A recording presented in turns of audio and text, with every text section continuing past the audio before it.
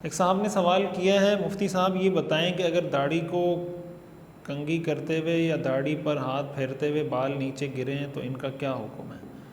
देखें, उनका हुक्म यही है कि कहीं पर भी बाल उठा के कहीं पर डाल दें, जहाँ जिस तरह बालों को जमा किया जाता है, चाहे वो सर के बाल हों, दाढ़ी के बाल हों, किसी भी जगह उनको जमा करके डाल दें। तो जिस तरह आम बालों का हुक्म है वही दाढ़ी के बालों का हुक्म है।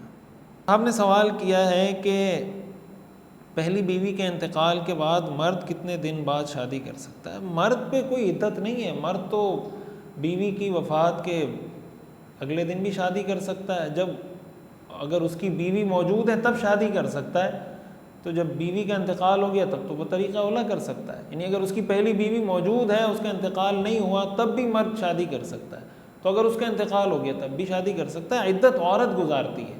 यानी अगर किसी के शौहर का इंतकाल हो जाता है तो औरत फ़ौरन निकाह नहीं कर सकती। उसने या 3 मेंसेस या 4 महीने 10 दिन उसने इद्दत गुजारनी होती है, इद्दत वफ़ात। लेकिन मर्द के ऊपर कोई इद्दत नहीं होती।